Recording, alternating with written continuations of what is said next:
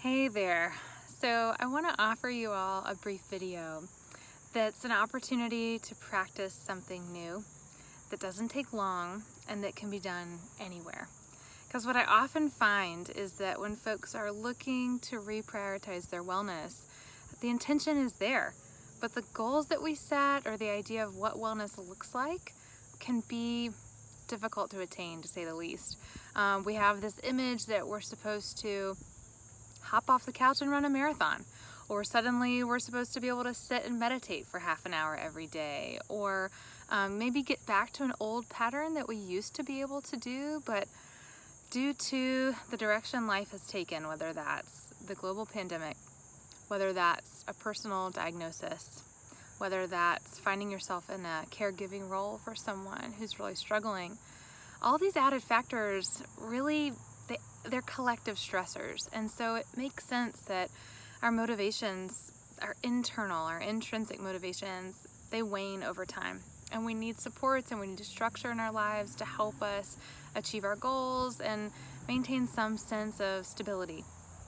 It's also really important that we set goals that are achievable so that we experience some sense of success, which helps us to motivate to do the next thing. So in this activity and in others that will be offered afterwards, I'm going to be guiding you through a moment of mindfulness. Today it's going to be mindfulness of sound, and truly you can practice this outside. You can practice it indoors. You can do this when you're laying in bed in the morning or at night. You can take a 3-minute pause at your desk and just tune in. You'll notice where I am here, there are sounds of the natural world as well as man-made sounds. There are cars in the distance for sure, but that shouldn't interrupt your ability to practice mindfulness of sound. So first, I invite you to find a comfortable seat, one in which you can feel your spine lifted without having to engage your muscles too much, without having to tire them. So if you need to lean back against something, find a chair, prop yourself up so that your hips are a little bit higher than your knees, or at least so that your knees are not higher than your hips.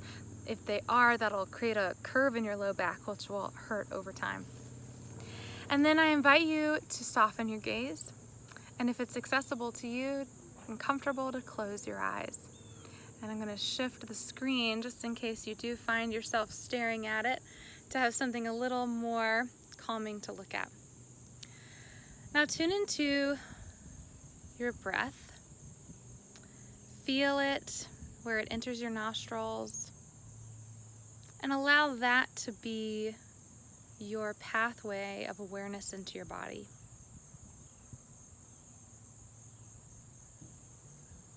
Next, begin to notice the sounds around you. Notice the sounds that are near. Sounds may be coming from this video, sounds from your body, sounds in the room with you. And also notice sounds that are further away.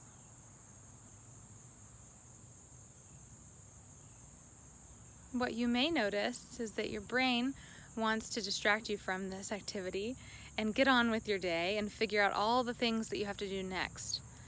When you notice that happening, when you catch it, just label that thinking, thinking, thinking, and come back to your awareness of sound.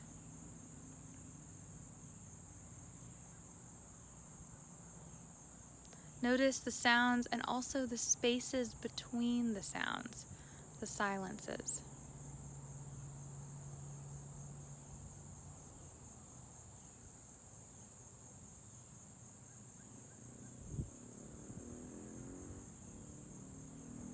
Again, your brain might wander.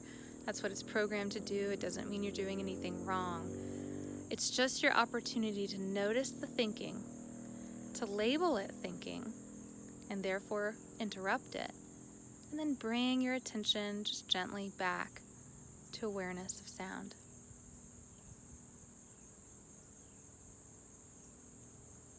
As you hear the sounds, try not to label them good or bad, or necessarily even figure out what they are.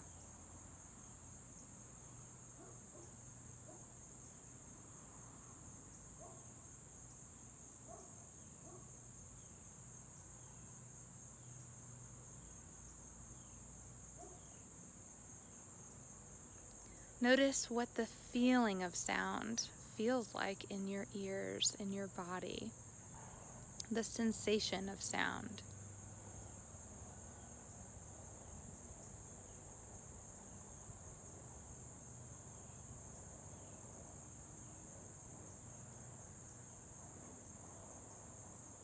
And then give a moment to make space for trying or efforting a little less.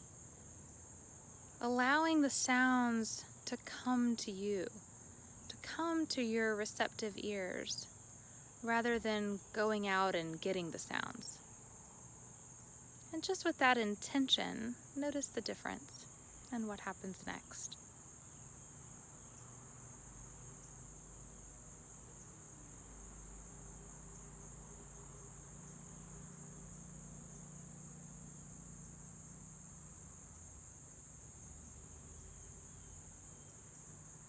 Again, noticing any thoughts, labeling those thoughts, thinking, and coming back to awareness of sound.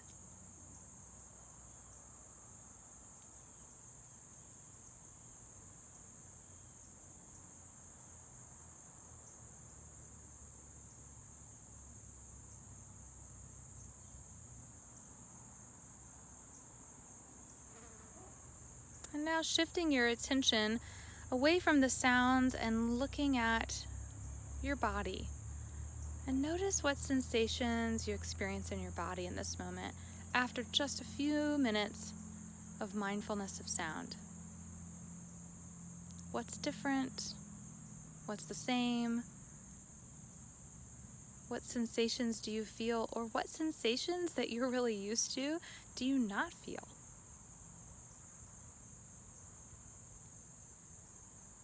And now notice your mind. Notice what your thoughts feel like, what your thoughts contain. Perhaps there's been a subtle slowing of thoughts as you've taken a little bit of time to focus on sound. And then as you're ready, slowly opening your eyes and looking around the room or the space that you're in, coming back to your space with fresh eyes, with a renewed sense of attention and intention. So my hope is that you experienced something during that activity, even if it wasn't radical or profound, just something different, a little settling in the body, a little bit of calming, a little bit of orienting to the here and now. Orienting to the here and now helps our body feel more safe. And when we feel more safe in our body, our brain doesn't need to think ahead so much. It doesn't need to find the tiger. It can calm and be present. So this activity, you can do it when you're, in the classic phrase, right? Standing in line at the grocery store. If you go to the grocery store these days.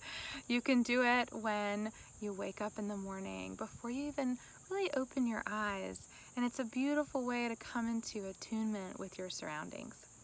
I definitely encourage moments like this throughout the day as a way to help our nervous system calm back down in the midst of stressful life events, stressful days, stressful moments, stressful years.